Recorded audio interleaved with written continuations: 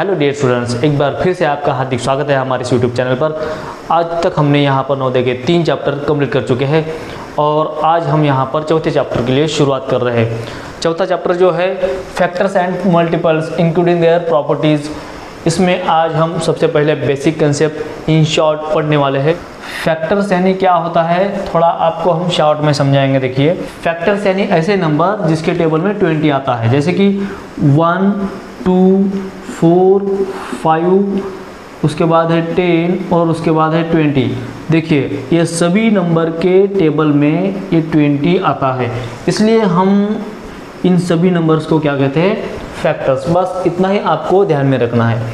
उसके बाद में ये जो फैक्टर्स है वो फैक्टर्स, अभी ये फैक्टर्स के टेबल में ये नंबर आता है, कौन सा, 20। तो फिर 20 क्या हो गया, इन सब का मल्टीपल हो गया। क्या हो गया है, मल्टीपल।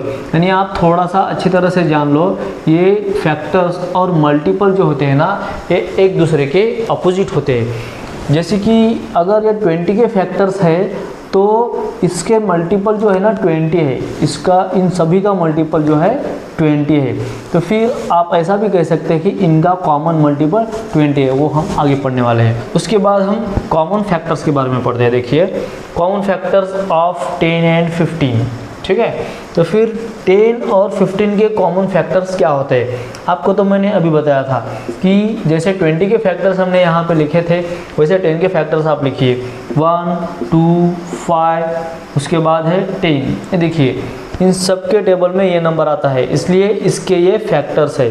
उसके बाद 15 जो है, इसके फैक्टर लिखिए 1, ये और कौन से टेबल में आता है, 3, उसके बाद है 5 और आखिर में है 15। अभी देखिए 15 के फैक्टर हो गए, मगर हमें कॉमन फैक्टर निकालना है।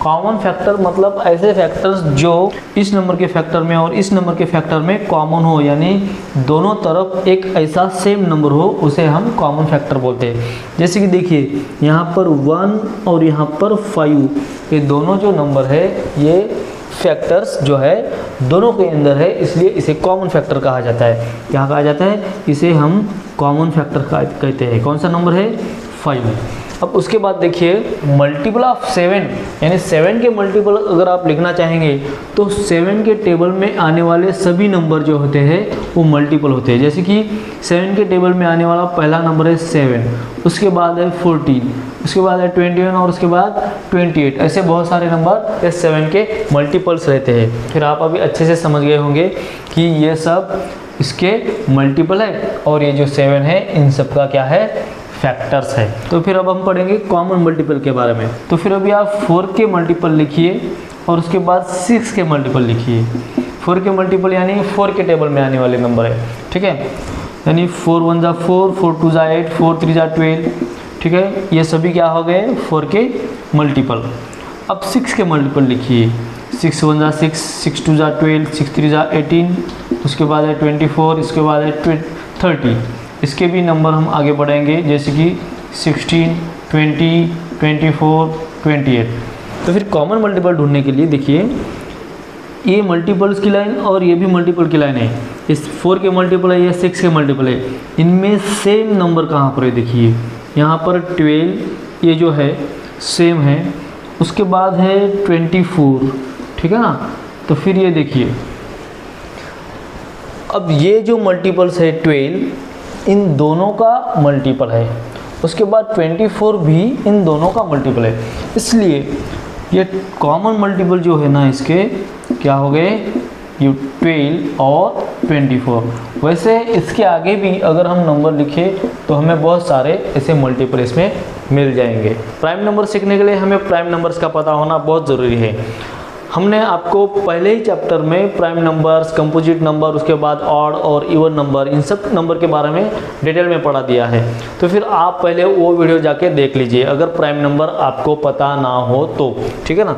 तो फिर अभी प्राइम नंबर में शॉर्ट में थोड़ा आपको बता देता हूँ। प्राइम नंबर यानी ऐसे नंबर जो कि किसी भी टेबल में नहीं आते, यानी वो खुद के टेबल में आते हैं। जैसे कि ये देखिए 13, 17, ये सभी जो नंबर है प्राइम नंबर है, क्योंकि आप देख सकते हैं ये जो नंबर है किसी के भी टेबल में नहीं आते। सिर्फ खुद के टेबल में आते हैं, आप ऐसा कह सकते हैं। या फिर आप ऐसा भी कह सकते हैं कि ये जो नंबर है किसी और नंबर से कभी भी डिवाइड नहीं हो सकते, ये खुद से ही डिवाइड हो सकते हैं और किसी नंबर से डिवाइड नहीं हो सकते। सिर्फ इसे खुद वही नंबर डिवाइड कर सकते हैं या फिर इसे 1 से डिवाइड किया जा सकता है, ऐसा हम कह सकते हैं। 1 और सेल्फ नंबर, इनके अलावा और कोई भी नंबर से इसे डिवाइड नहीं कर सकते, इसलिए इन्हें प्राइम नंबर कहते हैं। तो फिर हमें प्राइम फैक्टर सीखना है। आज हम प्राइम फैक्टर के बारे में थोड़ा एक स्टेप करके बताएंगे, जिसके कि हम पहले 20 के प्राइम फैक्टर आपको हम निकाल के दिखाएंगे, ठीक है ना। तो फिर 20 जो है, ये 20 सबसे पहले प्राइम नंबर में देखिए, इन प्राइम नंबर में से कौन से प्राइम नंबर के टेबल में 20 आता है। तो फिर 2 के टेबल में आता है, यानी 2 10 20 होता है, ठीक है। 2 जो है प्राइम नंबर है, इसलिए इसका कोई और फैक्टर्स नहीं हो सकता, ठीक है ना। तो फिर 2 आप जैसे के वैसे लिखिए। उसके बाद यहाँ पर 10 है, और 10 जो है और फिर से 2 के टेबल में आता है, यानी 2 5 10। तो फिर ये देखिए, ये सभी नंबर जो है प्राइम नंबर है, और 5 2 10 10 2 20। तो फिर 20 के जो है सभी प्राइम फैक्टर्स है। और एक एग्जांपल हम लेके दिखाएंगे, जैसे कि आप अभी 90 ले लीजिए, ठीक है ना। 90 के अगर प्राइम फैक्टर निकालना है तो फिर ये इवन नंबर है, आपको ये भी पता होना बहुत ज़रूरी है कौन सा नंबर ऑड है, कौन सा नंबर इवन है। अगर ये इवन नंबर है, ये आपको कैसा पता चले, यहाँ पर इवन नंबर के आखिरी डिजिट पर 0 2 4 6 और 8 इनमें से कोई भी एक नंबर रहता है, तब इसे ऐसे नंबर को हम इवन नंबर कहते हैं। ये भी आपको हमने पहले ही चैप्टर में पढ़ाया है, ठीक है ना। तो फिर ये इसका यूनिट डिजिट है और यूनिट डिजिट पर 0 है, इसलिए ये क्या है, इवन नंबर है। और जब भी इवन नंबर होता है तब हमेशा उसे 2 से डिवाइड किया जा सकता है। अब इसे अगर 2 से डिवाइड करेंगे तो फिर ये 45 आ जाएगा, यानी 45 2 90 होता है। 90 को 2 से डिवाइड किया, इसलिए 45 आएगा, ठीक है। उसके बाद देखिए 2 × अब ये 45 जो है ये कौन से टेबल में आता है, ये 2 के टेबल में तो नहीं आता। उसके बाद 3 के टेबल में बिल्कुल आता है, ठीक है, आता है, मगर कैसे, हमें उसे डिवाइड करके देखना पड़ता है। 15 आएगा, जैसे कि 3 1 3, यहाँ पर बचे 1 और यहाँ पर लिया 5, 3 5 15, कितना आया 15, यानी 15 3 45 होता है, ये आपको पता है। तो फिर 3 × 15, ये देखिए, ये भी प्राइम नंबर मिल गया और ये भी प्राइम नंबर मिल गया। उसके बाद और अगर आगे इसके फैक्टर्स बनाएंगे तो 2 × 3 आप जैसे कि वैसे लिखिए, और 15 का जो है 3 5 15 होता है। तो फिर ये देखिए, अब इसके आगे हम इसे और फैक्टराइज नहीं कर सकते, इसलिए ये सभी नंबर क्या है, प्राइम फैक्टर्स है, प्राइम नंबर है। देखिए, आप इनमें से कोई भी नंबर अगर यहाँ पर आते हैं तो ऐसे नंबर को हम प्राइम फैक्टर्स कहते हैं। आप अच्छे से ध्यान में रखना, समझाने के लिए ये 2 स्टेप आपको यहाँ पर करके दिखाया है, मगर आप ऐसे शॉर्ट में भी कर सकते हैं। देखिए, जैसे कि 90 के अगर प्राइम फैक्टर निकालने हैं तो मैं शॉर्ट में कैसे निकाल सकता हूँ। ये मुझे पता है कि 2 से डिवाइड किया जा सकता है, और 2 से डिवाइड करने के बाद 45 नंबर पे आ जाएगा, और 45 कौन से टेबल में आता है, 15 3 45 होता है। तो फिर मैं 3 लिखूँगा, उसके बाद 15 मैंने नहीं लिखा, तो फिर 15 को भी आप शॉर्ट में 15 यानी 3 × 5, 5 3 15। तो फिर आप देख सकते हैं यही नंबर जो है हम ऐसे शॉर्ट में भी निकाल सकते हैं। अब फैक्टराइज करने की और एक मेथड मैं आपको थोड़ा शॉर्ट में बताऊंगा, आप देख लीजिए। जैसे कि अगर 90 यहाँ पर है तो फिर इसको फैक्टराइज करना है, और हमें हमेशा कभी भी प्राइम नंबर का ही यूज़ करना है फैक्टराइज करने के लिए, ठीक है ना। तो फिर अगर आप पहले 2 लेते हैं, क्यों लेंगे 2, क्योंकि यहाँ पर इवन नंबर है, ठीक है। तो फिर आप डिवाइड करेंगे तो यहाँ पर 45 आ जाएगा। फिर उसके बाद 3 के टेबल में 5 + 4 9, ये आपको समझ में आ जाना चाहिए। देखिए 5 + 4 9 हो रहा है, 9 हो रहा है मतलब क्या, 9 जो है 3 के टेबल में आता है, 9 3 के टेबल में आता है, इसका मतलब 45 भी 3 के टेबल में आता है। ये हमें कैसे समझता है, 3 की डिविजिबिलिटी।